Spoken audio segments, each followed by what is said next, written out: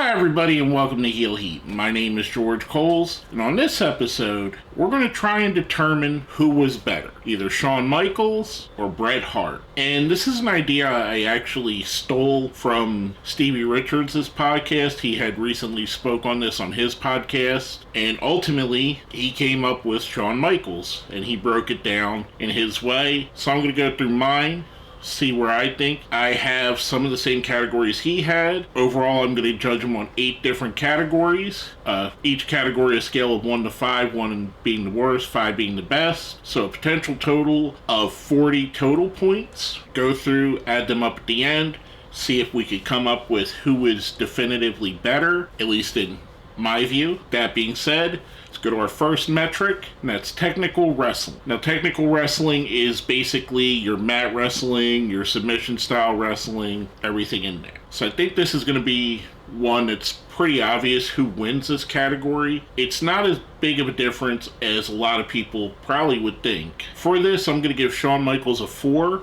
I thought he was really good. Does have some great chain wrestling. He's not known as a submission expert, but when he does it, when he gets in that bag, he's really good at it. For Bret the Hitman Hart, I'm going to give him a 5. I mean, he's the excellence of execution. You can't really argue it. He's probably in the top 5 or 10 technical wrestlers of all time, and maybe even number 1. I mean, I would put him up there with the likes of Kurt Angle and Daniel Bryan. They're probably the top 3 in my opinion. So yeah, he's an obvious 5 for this category. Now going from that, our next category, striking. This would be your clotheslines, forearms, super kicks. And for this category, I think Shawn has a bit of an edge. So for this one, we're going to give Shawn Michaels a 5. Now Bret isn't bad. If there's one part of Bret's in-ring where I think he lacks a little bit, and when I say lack a little bit, we're talking about one of the finest in-ring wrestlers of all time. This is like saying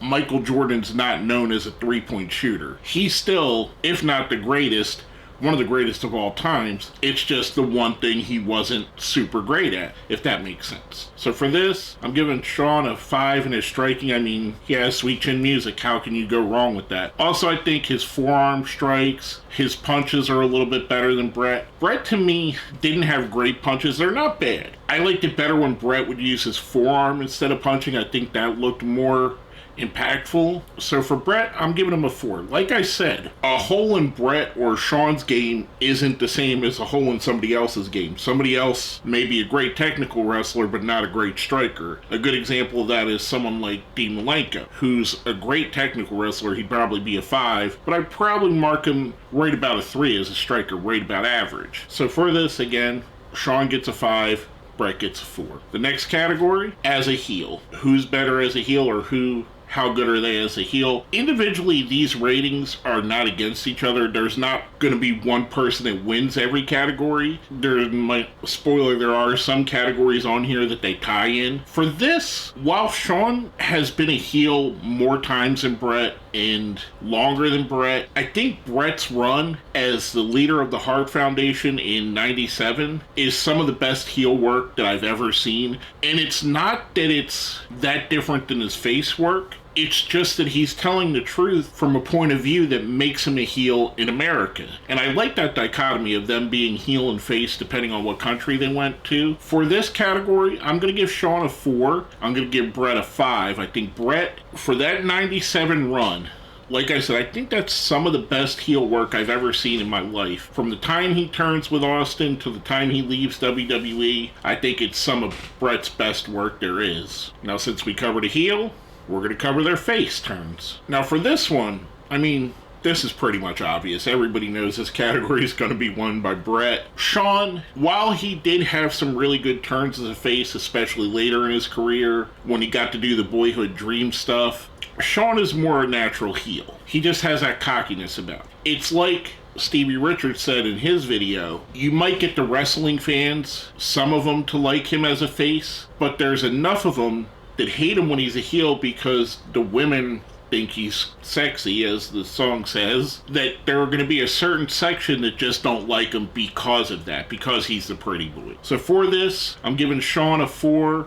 I'm giving Bret a 5. Bret's face character, while it's not on the level of, like, let's say Sting or Hulk Hogan, who I think are some of the best faces ever, or portrayed some of the best faces ever, I do think he was top notch at it. I think he's actually just as good as a heel or a babyface. So we give this to Bret. He gets a 5 here. Shawn gets a 4. Next up, we're going to go to promos. And this is everything from the in-ring promo to the backstage promo, basically talking, anytime they talk. This is a category where Shawn actually shines in a way that Bret doesn't. To me, I believe that Shawn Michaels and his promos were some of the best of the generation, either during the DX run, when he comes back and he has the reborn or born again Christian stuff, which I think is good. When he initially turns on Marty and is the cocky pretty boy, I think that's great stuff too. So I think Shawn is an excellent promo. Bret, however, I don't think Bret ever got to the point where he was an excellent promo. He did do better promos, in my opinion, when he was a heel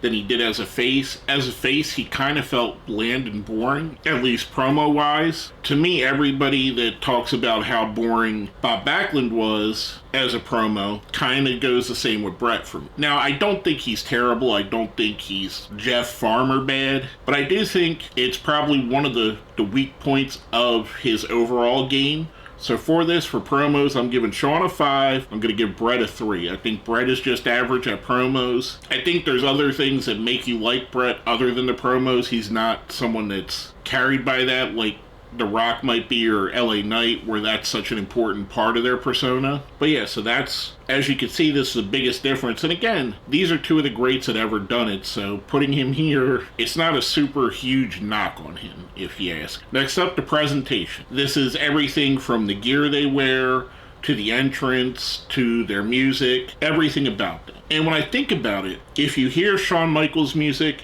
if you hear Bret Hart's music, you instantly know who you're about to see. If you see a pair of Shawn Michaels trunks, or if you see a wrestler that wears a pair of tights that look like what Shawn Michaels wear, you instantly know where they got that inspiration. And the same with Bret Hart.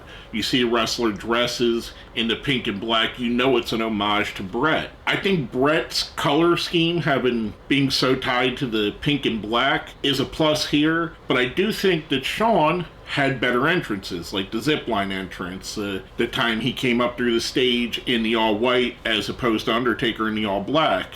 So I think both of these guys, this is one of the things they really shine in. They were both presented in a way that made them look like stars, and it was true and authentic to their character. For both of them, I'm giving them both a 5 here. Both Shawn and Bret get 5s. I think it's awesome.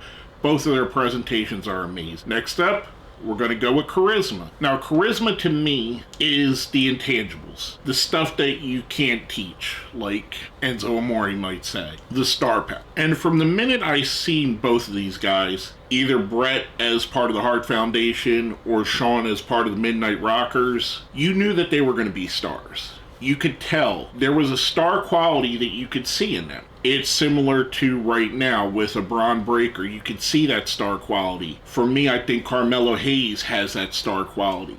Trick Williams is another wrestler I think has that star quality. Jade Cargill. Just something about them that screams, I'm a superstar. And both these men have. Both of these men, you could tell from early in their career, they were going to be something big. So for both of them, again, Shawn is going to get a 5. Bret is going to get a 5. I think they're two of the most charismatic, in two totally different ways, two of the most charismatic wrestlers of their generation. Now, my last category is big game performers. This is your WrestleManias, this is your main events of pay-per-views, main events of SummerSlam, the guy carrying the belt, carrying the company, and both of them were excellent at this. Shawn Michaels is probably the greatest WrestleMania big game player there is. Bret Hart also had a similar role in that. Whether it be main eventing WrestleManias, they both have done that. They've done it against each other. Whether it be Bret in his feud with his brother Owen, or other feuds that he had throughout the years. Both of these guys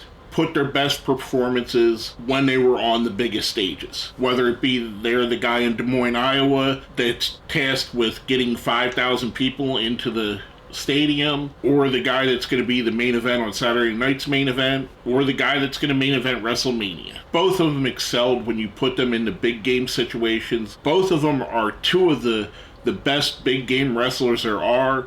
I would put them right up there with Kurt Angle is another one. John Cena, I would say, is another one that's a great big game wrestler. The Undertaker, obviously. CM Punk. There are certain guys that on the biggest stage, they give the best performance. And these are two of the guys that are on there. As you could probably guess, Shawn is going to get a 5. Bret is going to get a 5 as well. Now, if you've been keeping along, you may have noticed we're here at the end. I've given you all 8 of the categories, and if we add them up, we're at a stalemate. Both guys have 37 points. Now, this is where my objectivity, which a lot of this is my objectivity. Some of you may think that other things that I've given here may be different. You might consider Shawn a better heel than Bret. You might consider Bret having a better promo than I gave him credit for. You might think that one of the two may not be as good on presentation or as a big game wrestler. But for me, this is where we come into total objectivity. And when I think about it, my determining tiebreaker is